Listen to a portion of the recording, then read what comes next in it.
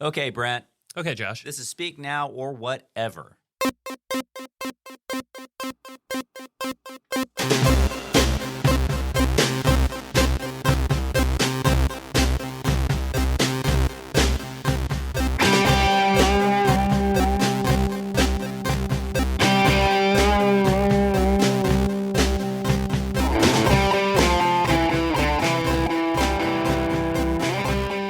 This is our interview with Vinnie Fiorello, and this was a long time in the making. That's right. We have wanted to interview Vinnie ever since we started this podcast. He was way up on our list. We had a long email exchange with him back and forth, and it's always a gift when your heroes even take the time to connect with you.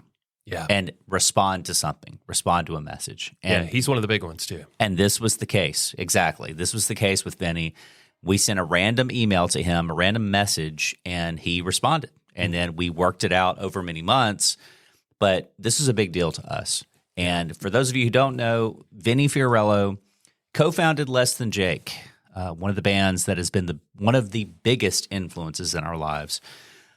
Was a member, drummer, and lyricist of Less Than Jake for over 20 years, including albums like Pezcore, Losing Streak, Borders and Boundaries, Anthem, See the Light, and one of the biggest touchstones for us musically, and one of the most influential albums in our lives, Hello Rockview, which just recently celebrated its 25th anniversary in 2023.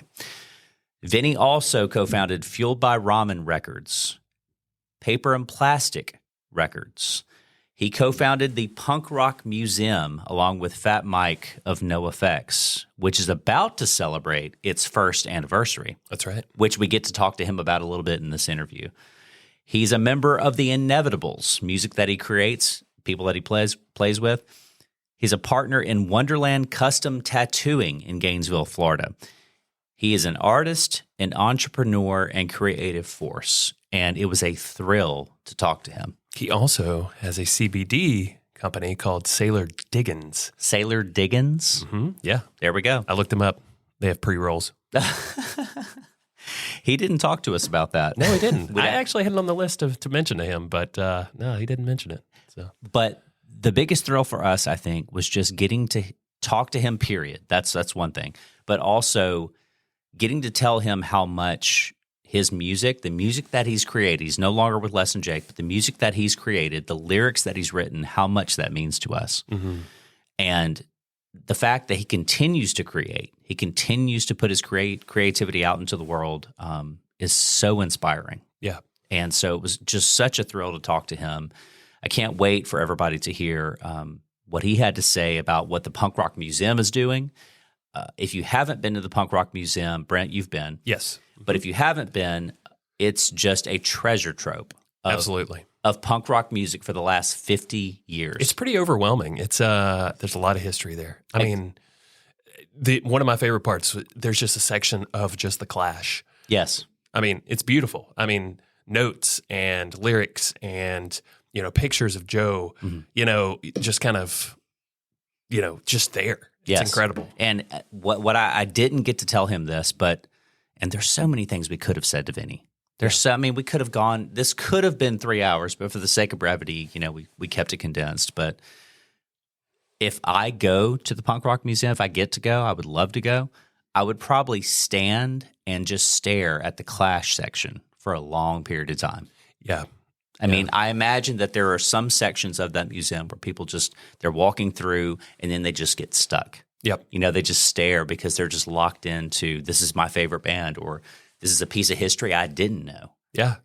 And that was so great to talk to him about that and about the vision behind it and the joy that people get from it. And this is unlike any other museum. I mean, there's a bar inside, they have a chapel, they have a tattoo shop, they have a practice space. They actually have a little small room that is built out like, I believe it's Descendants Garage? Pennywise. Mm-hmm. And they still have bands that'll come in there just randomly and play. That's right. Like big bands. Mm-hmm. And this is from Pennywise's actual practice space. Yes. Mm-hmm. So if you haven't been, if anyone hasn't been, it's a treasure. And I cannot wait to actually see it in person. But from what we know and what Vinnie has talked to us about, as we're going to hear in this episode, it's a living museum. It's always evolving. It's always changing. They're always adding because there's so much that people keep bringing. Yeah. So many artifacts people keep bringing from the punk rock history. So without further ado, this is our interview with Vinnie Fiorello.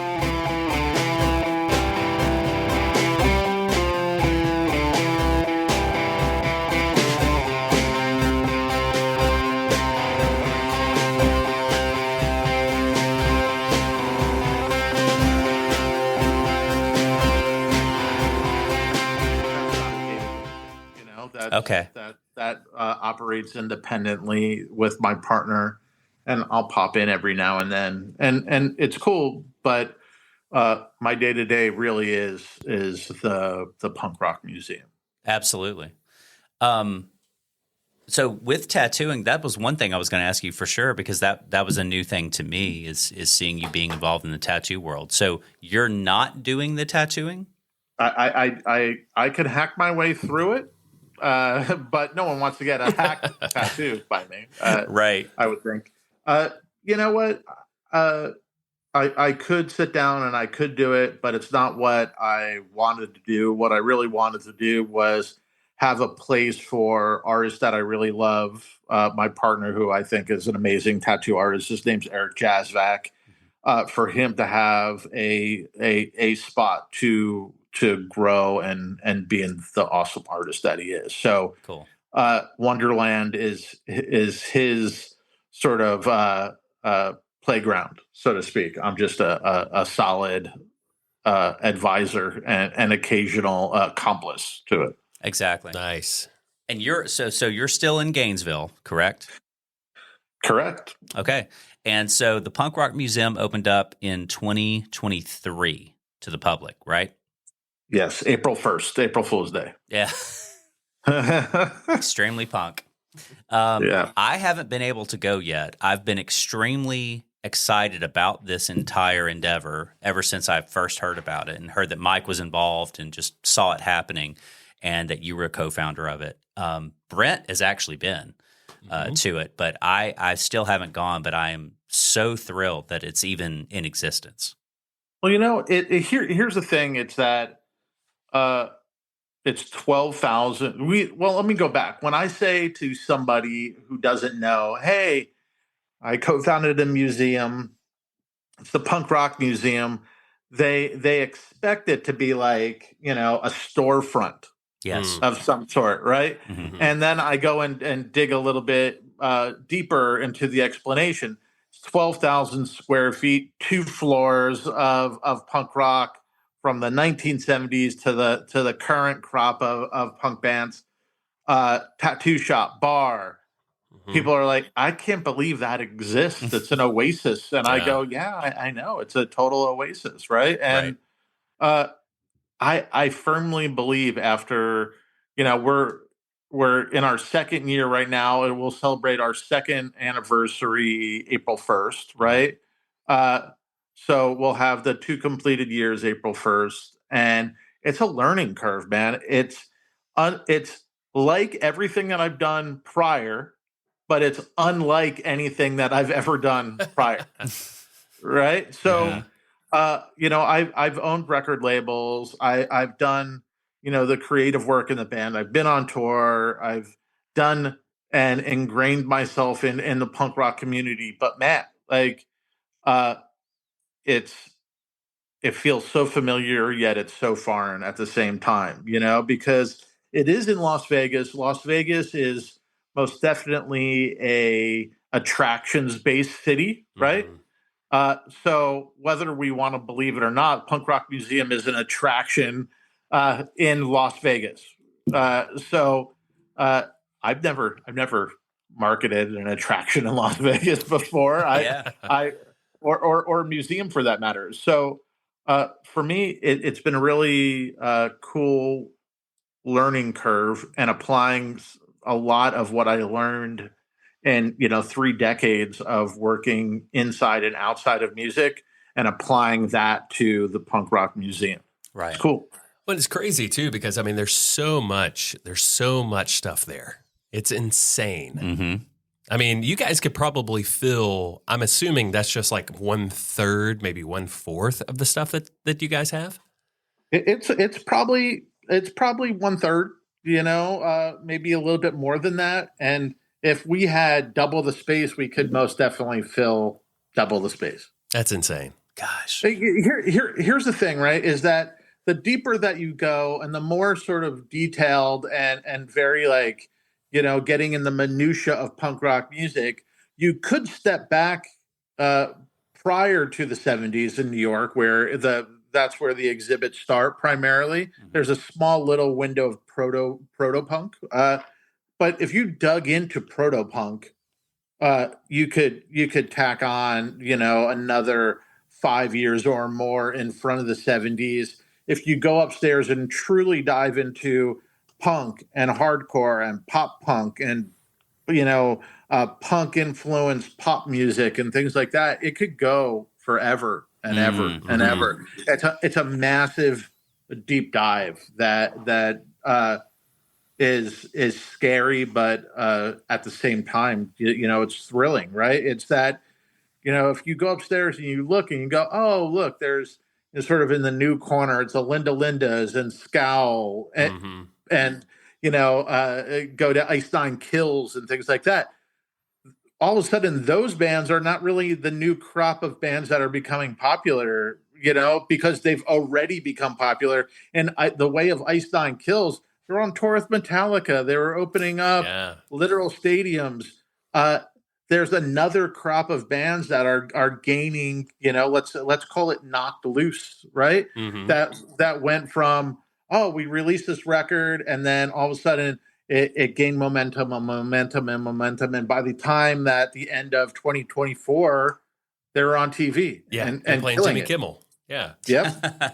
Crazy. So I think that, you have to put it into perspective that, punk rock may have a starting point, but it definitely does not have an ending point. So the museum becomes a living museum, that there's no end to it, is that constantly bands become bigger, constantly new bands roll in and gain momentum, just like a Knocked Loose, right? If we're using that as an example, or Drain for another example, right?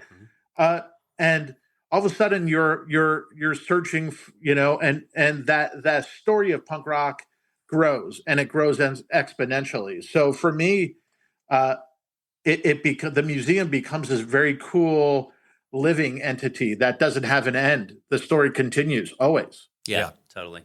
Yeah, absolutely. And it's interesting too, because like the way in which ska has kind of come about, but also, it's morphed into kind of other things, but it's kind of keeping this traditional thing. So like, I know you've started the Inevitables, like this band with Obi Fernandez, from Westbound Train. Like, how was that process? How did that start?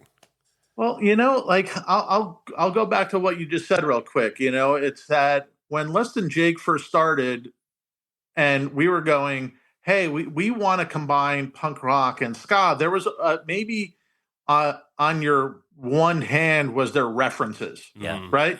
You had the Boss Tones, you had Op Ivy. If you dug deeper, you had like if you wanted to go, could call out the Clash for that vibe, but it wasn't what Less Than Jake was trying to do. And as ska mixed with punk, ska also mixed with weird dance beats and hardcore and so many genre bending things that are in the middle of it. So where we are right now in the world of ska and ska punk is this crazy world that goes from incredibly traditional ska all the way to sort of grindcore ska, Love it.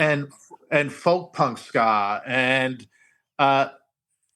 polka influenced ska from, let's say, Russia or ska-punk, who's Italian, via Spain, I guess. I'm not sure how that goes back and forth, which one came first, but are massive, massive, massive bands in Europe, playing festivals that have 100,000 people to it and all know the song, all go crazy.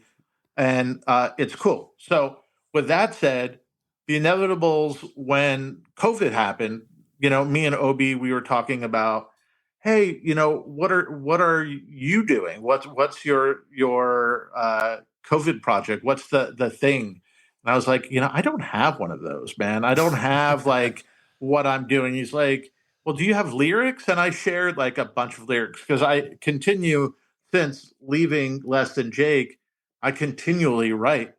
I Awesome. continually have a stack of stuff, right? And uh, for me, I went, I shared some ideas and I shared some like kind of viewpoint of what it was, and he was uh, very cool and very gracious to kind of go, hey, maybe we should do X and maybe we should do Y, and the inevitable sort of came about, and then that was fantastic, and then life sort of gets in the way. It's like, what are you up to? Well, shit, I'm up to a 12-hour day, with the museum, Yeah. and trying to be a dad and trying to be a good husband. So while my creative outlet of music has kind of stuttered, uh, the museum continued to grow and blossom. But on the creative side, I continue lyrics every day, writing every day,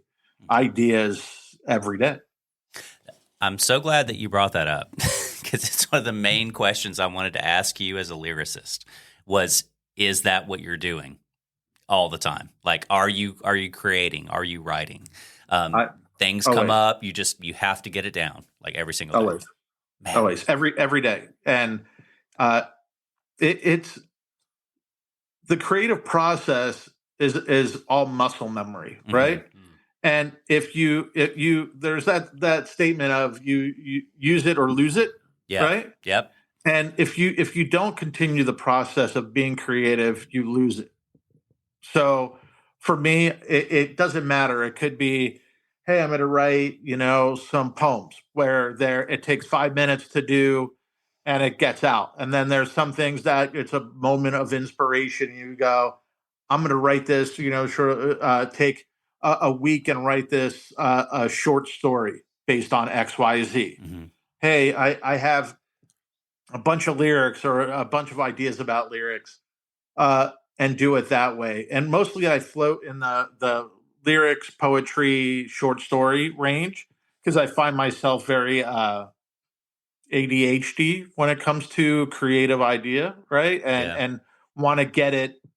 I have the idea, want to get it done, want to get it out, want to move forward. And then there's other people that I know that are creatives that will sharpen that stone, sharpen that knife blade, so to speak, on a stone forever. Yeah. Right. And never really being happy with the finished product and always in the world of revision. Mm-hmm. I don't believe in that, man. I firmly believe that there's a moment of inspiration. You get that moment of inspiration done. And while there can be editing, you shouldn't try to edit out the inspiration.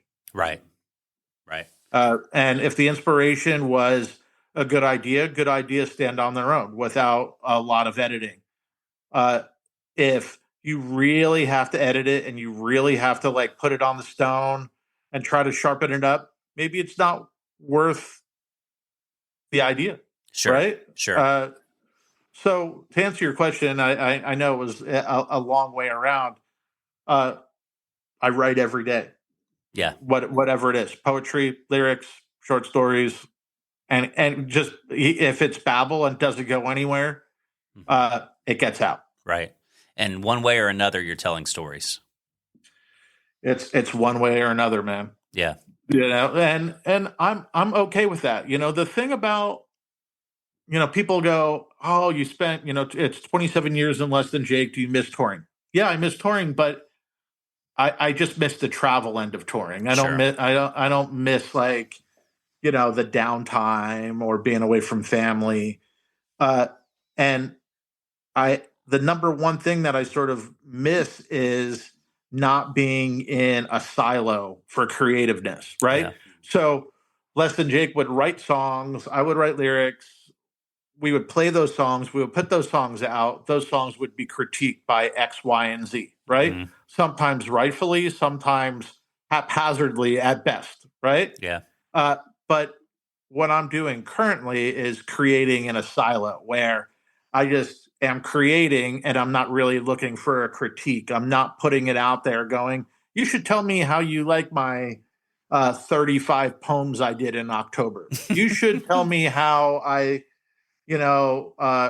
about my short story, The Pause. I want I want your fucking, your review on it. I don't give a shit about the review. I give a shit about getting it out and documenting the idea, and there's Rick Rubin. If there's a book that Rick Rubin has out on creativity, right?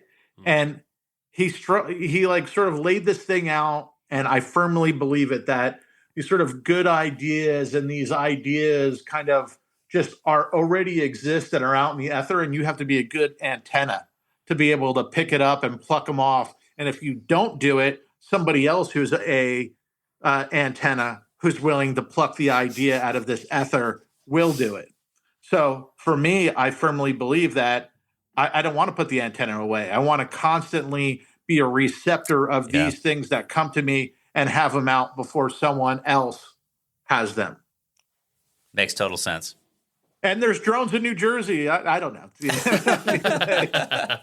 I don't know. But it may sound crazy, but I firmly believe that the creative world, it's just you have to tune into it. Yeah, absolutely. So let me ask you something about. There's so much that I could ask you about, but let me ask you about the Punk Rock Museum and your experience of seeing people come through it. I've heard Mike say on many occasions in many interviews the joy that he sees on people's faces, the joy that they experience, people that are just staring at something and they can't get over it. The fact that people get to play the guitars, right? Tim Armstrong's guitar, Billy Joe's guitar, Mike's bass, Fletcher's equipment. Have you experienced that too? Like, tell me about your experience of seeing people's joy at the museum. I'll go both ways, right? Okay. That first, I followed people through the museum before and watched them, how they interact with the exhibits and what they linger on, sort of stories they tell. Dad's telling their son, oh, I was at this and this show and I met this band, and families that are walking through and kind of talking it out. The kids kind of educating their parents on who the hell Lindas are. And the dad saying, what important band Black Flag was. And hearing that and understanding that the place of punk rock is that of like if you threw a rock and that initial splash, but then the ripples that go out, right? Punk rock's place has caused those ripples in everything, right? Mm-hmm. And anything that's popular, popular music, popular culture, fashion, education, politics, punk rock music has had that ripple effect across it, right? Mm-hmm. And it may not, you may not sort of go, well, I don't get how you're connecting, X and Y. Well, we could probably do that all day long if we wanted to and talk about it. But Mike's right. It's a joy factory, right? Mm-hmm. It's a place for people to connect with the starting point of when they found punk rock music. Yeah. And for some people, it's not this like born date, right? But for some people, it's a born date, man, where I remember when I was with my dad, he took me to FYE. I bought Green Day's, whatever, Kerplunk. I put it on and I sat in the passenger seat listening to a cassette tape with my dad. Yeah. And my mind literally was lost of how good this was. This was my thing. And boof. Yeah. Right. Mm-hmm. And the museum's littered with those stories, man. Like when you hear it where people are dropping in, oh, I was, I went to go see Black Flag at so-and-so, and I saw this, and Ian Mackay was here, and they did this and that. And you start to understand that for some people that are walking those halls, the ripple was a tidal wave. And then there's some other people that the ripple's a ripple, and that's cool too, right? But I also, on the different side of it, I've been around where people have been not happy but emotional. Like I remember when this happened, and my friend passed away, and this band meant everything to them. Yeah. You know, and I'm looking, you know, that I don't know why I'm continually using Green Day as an example, but because they're good. we had Green Day bookmobile, right? Yeah. And hearing people go, you know, my you know, brother, best friend loved Green Day and he passed, and he would be, or she would be, losing their mind. I'm standing in the bookmobile where they did their tours, and I'm, you know, being able to touch X guitar, Tim Armstrong's guitar, this, and it's not joy. It's this deep emotional connection to punk rock music, right? And being able to see that, for me, who's someone who likes to hang on the dark cloud of some things anyway, it just blows my mind, man. It makes me feel full, right? Absolutely. Where that what we're doing is great and it's joy, but it also is emotional in a way that we're connecting people through punk rock music, which is mind blowing. Yeah. Because isn't that the reality of all aspects of punk rock, is that you brought into reality the human nature of how we live, right? Yeah. I mean, you know, for the most part, you would think so, right? So it's not necessarily like, oh wow, this is a new idea, right? Right. But having 12,000 feet of it in the middle of the desert, right? Yeah. It is decidedly a lightning rod for those experiences, which is cool. Yeah. It's like touchstones. People are walking through the museum, and like you said, it's a touchstone. They're like, oh, that memory, I connect with this. I connect the dots with that. Yep. 100%. That's so great. I think so. Yeah, man. It's awesome. Well, one day I'll get to go there. Yeah. It's phenomenal. I hope so. Yeah. Well, Brent did get to go. So walking through the museum for me was so warming in so many different ways, where it was like I get to experience things of old, but also of my generation, where I'm experiencing things where I can sit down and put a vinyl on and listen to this record, or I can go up and play this particular instrument that was played by Mike or whoever on this album. You know what I mean? Like, yes. That was incredible. Like, even the guy who was running the little practice space had so many stories. Yeah. I mean, just incredible stories. Gosh. That had to be Rob Ruckus. Yes. I would assume. Yes. Was it Rob? Yep. Goatee. Yep. Yeah. Phenomenal. Rob is you know, he's a local guide, right? So, you know, he takes people around the museum. He has great stories, but his energy is infectious, man. Yep. He's one of the gems of punk rock museum, man, that to me, without him, punk rock museum would be lesser of a place without him. You know, he's great. Yeah, he was fantastic. Awesome. He was an amazing guy. Yeah. So, with your involvement with the record labels, like with Fueled by Ramen and with Paper and Plastic, which you're still involved with right now, does that take up a lot of your time? I'm not involved in Fueled by, right? Yeah, I had left Fueled by, and then with Paper and Plastic, right before COVID, I put it on hold. Okay. With a warehouse full of records that were to come out, of like a re-release celebrating our 10th anniversary. Yes. And I started the museum. I haven't gone back. It's my intention to go back. Yeah. But I consider the museum to be a once in a lifetime thing. Yes. And I need to kind of follow that trail and push everything I have into that, you know? So Sure. it's not that I didn't think that what I was doing with Paper and Plastic wasn't important, but what I do think is that the museum's more important. Gotcha. So all of my energy, I push into that. Right. 2023 was the 25th anniversary of Hello Rockview. Yep. And our podcast started not that long ago in 24, and we had wanted to see Less Than Jake during the tour, the Hello Rockview tour.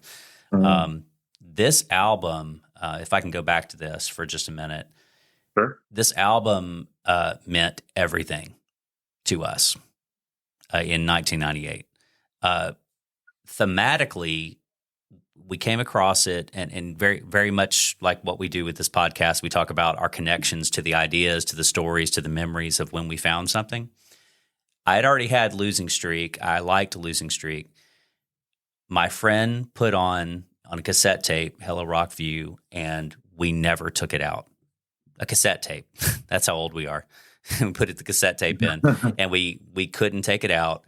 And the thing that, looking back at it now, going back to it again and again, is these themes of this. I can hear the South in it. I can hear getting out of your city and town and your small, the place that you desperately want to get out of. I hear dreams in it. I mean, we can hear so much in that album, and that album just meant so much. And so that's why it means so much for us to talk to you about you being the lyricist on that album. And I'm curious to know, at that point in time, what you guys were trying to get across, what you were trying to get across, and those same themes I'm guessing you relate to as well, just like wanting to get out. Well, yeah, I mean, I think that you have to with records, it's different snapshots, right? Of like who people are at a certain point in time, right? So for Losing Streak, it was a band that was just starting to tour, just sort of cresting, getting ready to crest this wave. People, not only were coming back to see us play, but we're bringing like a group of friends to see us play, right? And that connection through music was growing. And I think that like sort of exuberance and that like sort of trying to figure out how to get forward was a lot of what Losing Streak was about. And then for Hello Rockview, it was more so, well, now that we saw a lot of things, now that we met a lot of people, are you really happy at the place that you started, right? So some people could run in a circle and never know when things start or end, right? But for me, it was very self-aware of, we saw all these things and did all these amazing things, but now what? We go home and we go back to Gainesville, and am I supposed to be happy in Gainesville? Like, and Rockview, to sort of put it in the, shine a light into it. Rockview was a prison in Pennsylvania. So when we were driving across it, I jotted down Rockview, right? It was Rockview Prison. And I said, we're out in the middle of nowhere, the suburbs, man, and there's this prison. And I started to mill on this, right? Is, home is the possibility that home, is this a jail for everybody that just feels comfortable and we don't know it's a jail, or is, home just a place that you stop by for a little bit, that you grow into and then out of, right? And slightly existential for like 3-chord ska-punk, right? But like at a point for me, I started to like realize like, okay, the suburbs, you're told all these rules, what you should do. You should do these things. You should become this. You should go to college. You should get a job. You should get married and have kids. And that idea of the suburbs and all these rules that we grew up with at that time, right? They became very prison-like, and very, here's the rules that you have to, if you want to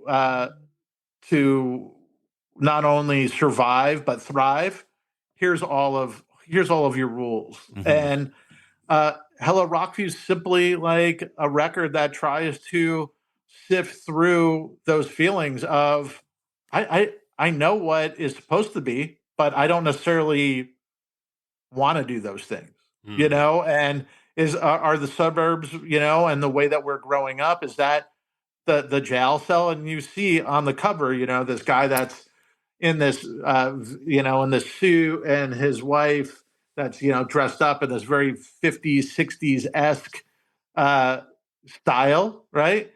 You see him taking a dive into the deep end of the pool, right? Mm-hmm. But you don't necessarily know what that is. Is he jumping off to drown himself? Is he jumping out of the house and into something else? So there's a lot of metaphorical things that you can kind of grasp and put through your own, that strainer, and figure out. So a lot of those, the imagery and the idea were done on purpose, and a lot of them were purposely done vague for other people to sort of take what they got out of it.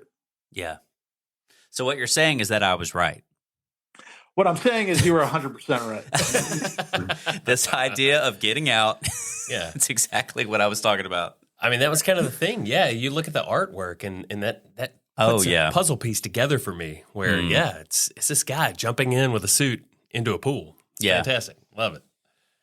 And I mean, we connected to it. I mean, not just it was great ska-punk and we already liked your band, but it was, again, lyrically, thematically, that's why we kept coming back to it. That's why I play it for my kids.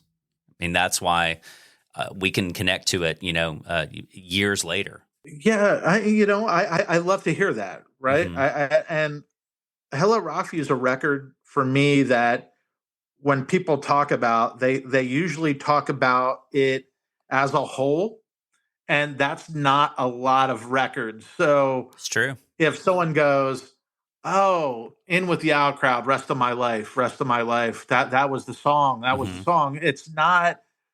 And it's Hello Rockview, and they're including every song into it, and there's not a lot of things in this world where I could go, oh, it's this, and it's the whole, yes, and not try to pick it apart, right? And or have one thing mean more than the other. And I have a lot of gratitude, and I'm super grateful that I was involved in having something that people go to, as a whole. Yeah. And continue even after decades holding on to it. It's a friend of mine was like, I saw LTJ and they were doing Rockview, and obviously you weren't there. What are your thoughts on that? Because it was a record that you drove the car on a lot. A lot of why people come back to it is the lyrics or the art, or whatever. Like, how do you feel about not being there? And I go, you know what?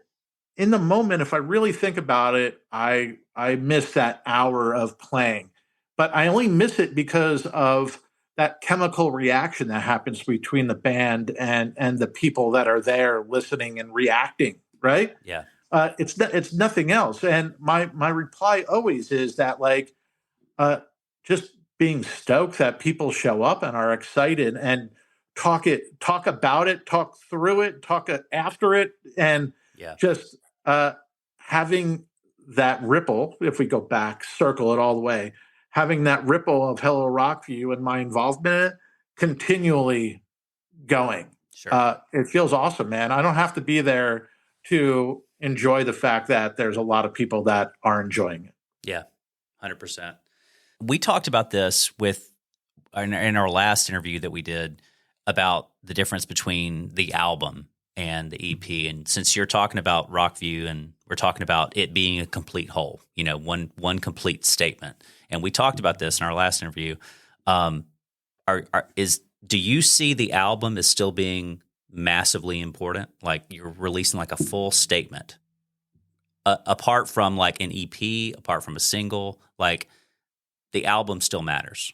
Well, it all depends on what you're trying to say, right? Like, I think that some people need an album to show you a complete musical, lyrical, thematical picture, Mm-hmm. right? And I agree with that. And then there's other people who are like, we could say it and do it in 7 songs, so that's what we're gonna do. Mm-hmm. And I dare say that some people could do it in 1 song. Yeah. And they do it, and they did it so well that success of other songs pale in comparison to that 1 song. Yeah. Right.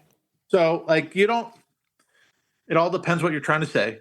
And thankfully, there's a ton of vehicles for you to get there to explain it. Some people are, dude, I'm going to tell you right now that there's some songs that I listen to and go, I don't ever have to listen to another song by this band ever again. It's just great. Mm-hmm. Great. And the lyrics are great. The music's great. The recording's great. The vibe is great. And then you put on other songs by the band, you're like, not as good. Not as good. Not as good. They did it all in that 1 song. And go figure, right? And I do think that for bands who are trying to say something musically, trying to say something lyrically or thematically, or all or most of those things, a full length is extremely important.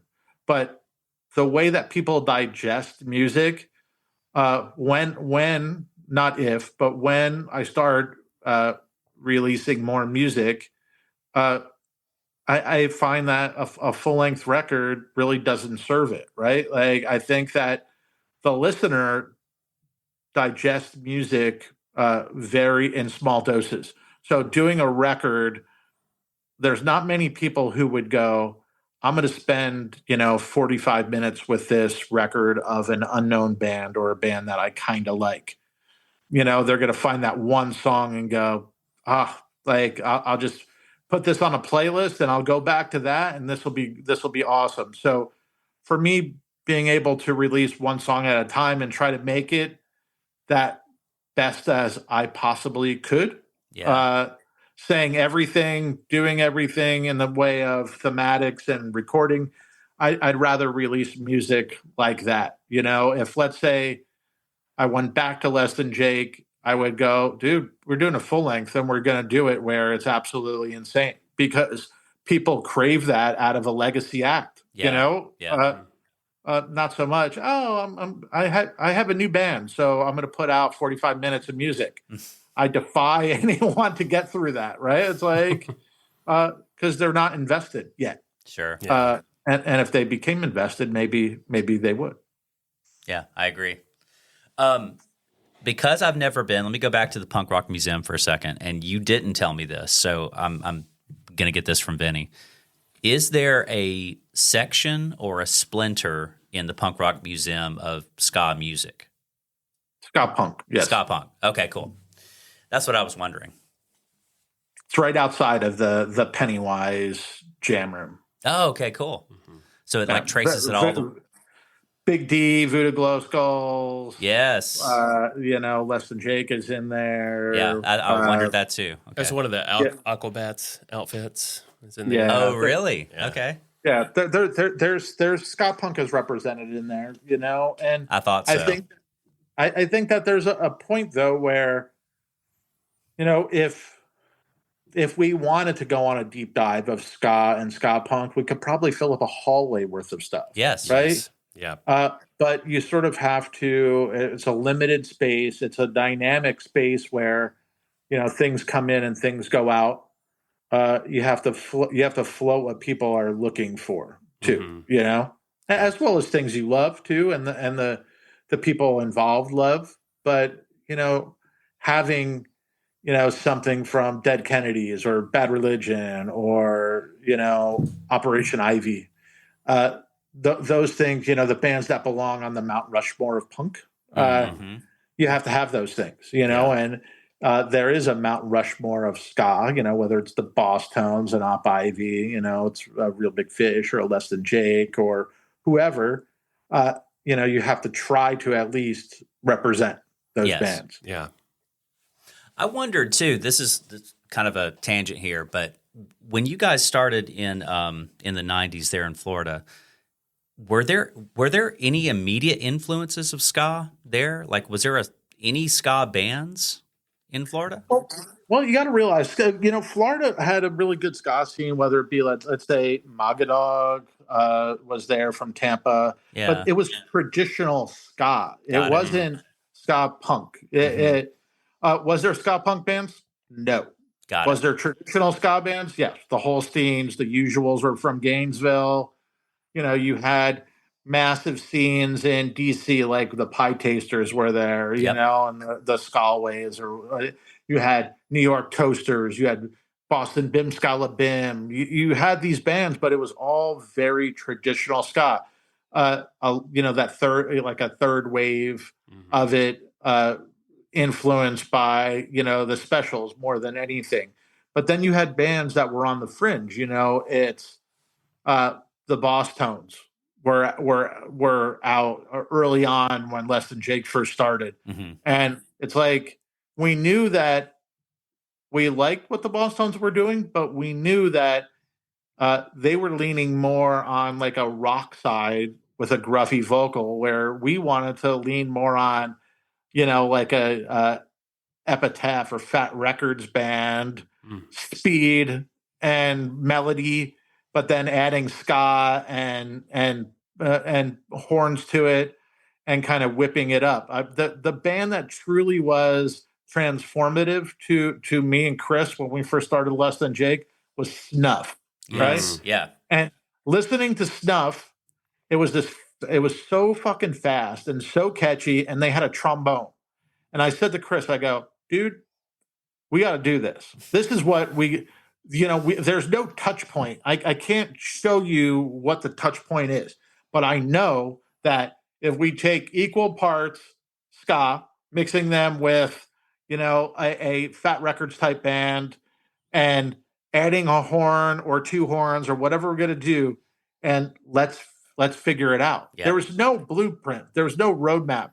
But what there were about a half dozen other bands that were forming at the same time that became our brothers. That, like, if you're talking about that, like, creativity air and being an antenna, yes, all these other dudes around the planet, really, because they're all scattered around, were grabbing hold of that idea as well, going, what if we mix this with this, and let's call that, it's like Slapstick from Chicago, Suicide Machine. Yep.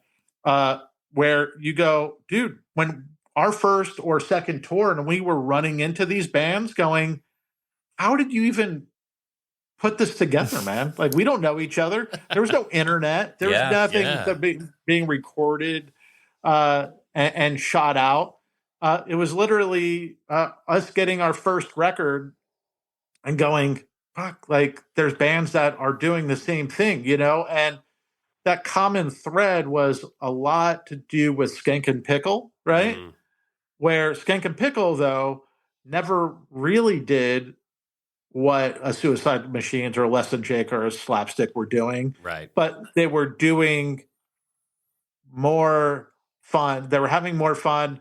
They were playing faster, and they were doing more weird and eclectic ideas than, let's say, the Toasters. Yeah. Right? I'm not saying that they were better than the Toasters, but what I'm saying that when Skank and Pickle came through Florida or did whatever, most of our brethren were playing shows with them. So that commonality for sure is Skank and Pickle, Mike Park. I love that. Oh yeah. That's your world right there. Yeah, I mean, Mike is still going forward with Asian Man Records. That's right. So, he's doing fantastic stuff over there. Absolutely. Let me tell you how ignorant I was about ska, since we're just talking about history and whatnot, how ignorant I was about ska in 1996. So I had not gotten Losing Streak yet, and a friend of mine invited me to go to a show here in Birmingham, Alabama. That's where we are. And it was the Boss Tones. And this was right when, I think, what's the album called? The Impression That I Get? Or is that just the song? It's Let's Face It. Let's Face It. Sorry. So Let's Face It comes out. They're huge. They're touring. They play here. And I get invited, and I don't know any of the bands, and I don't know any of the music, what they sound like whatsoever. We go, and the bands that opened that show up were H2O and the Pie Tasters right before the Boss Tones. And I'm staring at it the whole time. I'm staring at I could understand what was happening with H2O, but with the Pie Tasters, I was going, when do they kick into distortion? I'm just watching it the whole time, like not understanding. There's horns. There's this upbeat thing. I don't really understand it. And then the Boss Tones come out, and it's like you said, it's like full on heavy music. Like they were a lot heavier, but they had the horns as well. But man, that just getting introduced to ska was a whole new world. Well, I mean, it's again, if we go back to what we had talked about, it's where you're dropping in, right? The expectation of you knowing what like the Pie Tasters would be considered, right? When all you knew were a Boss Tones or a Sublime or a Less Than Jake or a Real Big Fish, whatever was, floating to the top at that point, it's okay. It's okay not to know, man. It's where you come out of the chute and you go, oh, these are my bands. You don't know that. It takes a special person to understand like the history of something when they're seeing it for the first time. I know a lot of people who will go, oh, I'm going to so-and-so. So they dig in really deep, man. And they, oh, I know about this and I know about that. And they know the history and they dig deep, whether it's about a band or a city or a restaurant or whatever. And then they go enjoy it for what it is. But that's such a small amount of people that dig the minutia of some things.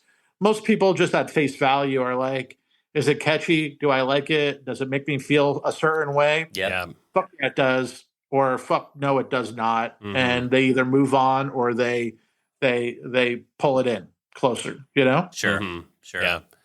Yeah, for me during the COVID, like during the whole lockdown situation, it was all ska. It was all like everything that I could do to learn about ska and like how did previous generations deal with certain situations that they didn't completely agree with what was going on, but also like how do we deal with this?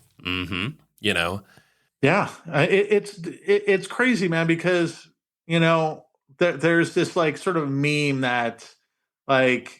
How do you describe ska? And it's like, eighth grader eating mozzarella sticks or something, some like thing like that, right? It's a meme.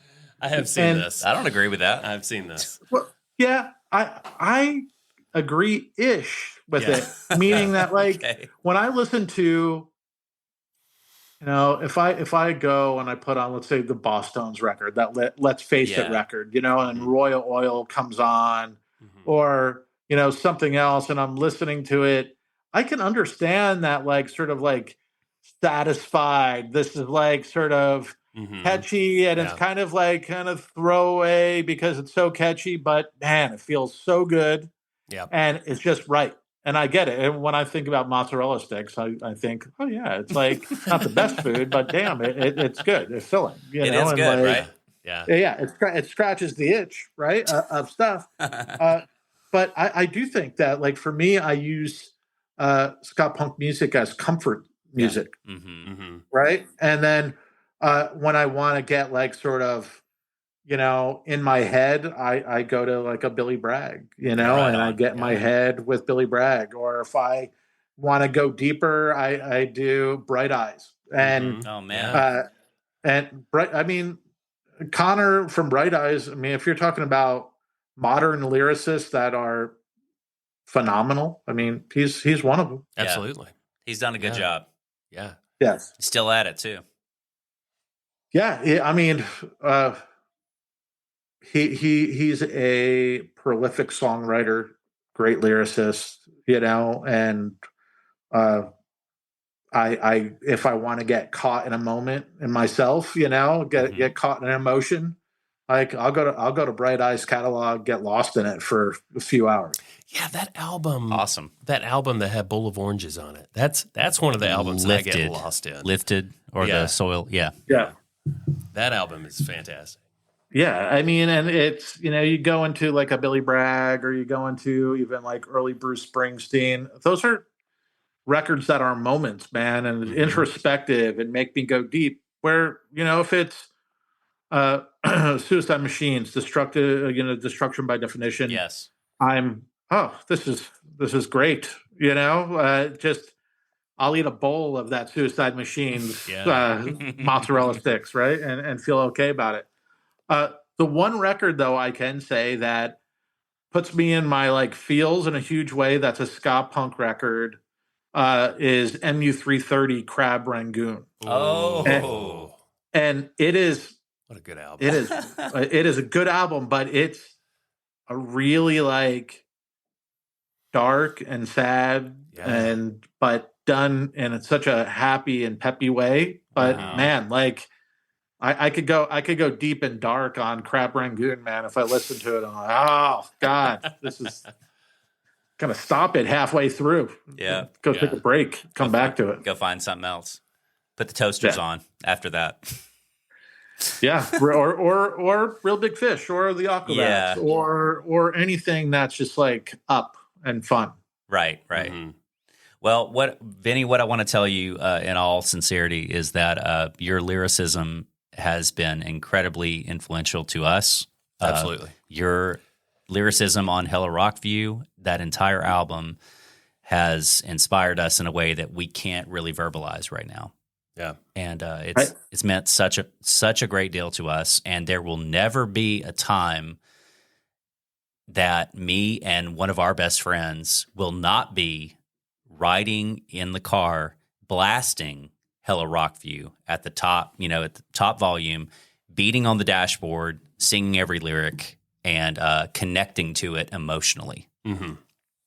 I appreciate that, man. It leaves me with like, I said before, but it's like, an undefinable gratitude that something that we worked on, collectively, myself and the rest of the dudes and less than Jake, that moment's frozen in time, but it continues to sort of weave its way through, decades later, man. Yes. And I'm eternal gratitude for the people that are still invested in that record, the people that it sort of weaves its way around and still has a hold on them. It's hard to describe having to have done, it's like 3 decades of music and having people go, you know what, at the best time I listened to it and it was great. At the worst time I listened to it and the song, stays with me forever. And I remember this, and me and my best friend in the car, or me and my best friend at the beach, or my best friend's girlfriend broke up with him, or blah, blah, blah, go down the line, and it's humbling, number one. And there's a undefinable gratitude that I have always. Yeah. And if when there's a dark moment where I go, I'm in the silo creating, and not having like that interaction with people, who are, have digested what I've done in a creative fashion, and I'm just doing it by myself, knowing that other things that I've done mean so much to people. It's super important to me. So thank you. Oh, absolutely. Well, thank you. And we can't appreciate it enough for you talking with us and the time that you've given us. It paid off. We had all the email exchanges. We finally got to do it. Yeah, it was there. We can finally tether away from the email exchange. Yeah, right. Very excited to see what you do musically, but also with the Punk Rock Museum. Yes, so all the things you do creatively. Thank you so much, Ben. I appreciate it. Thanks for being on. Cheers, Ben. See you, Vinnie. Later.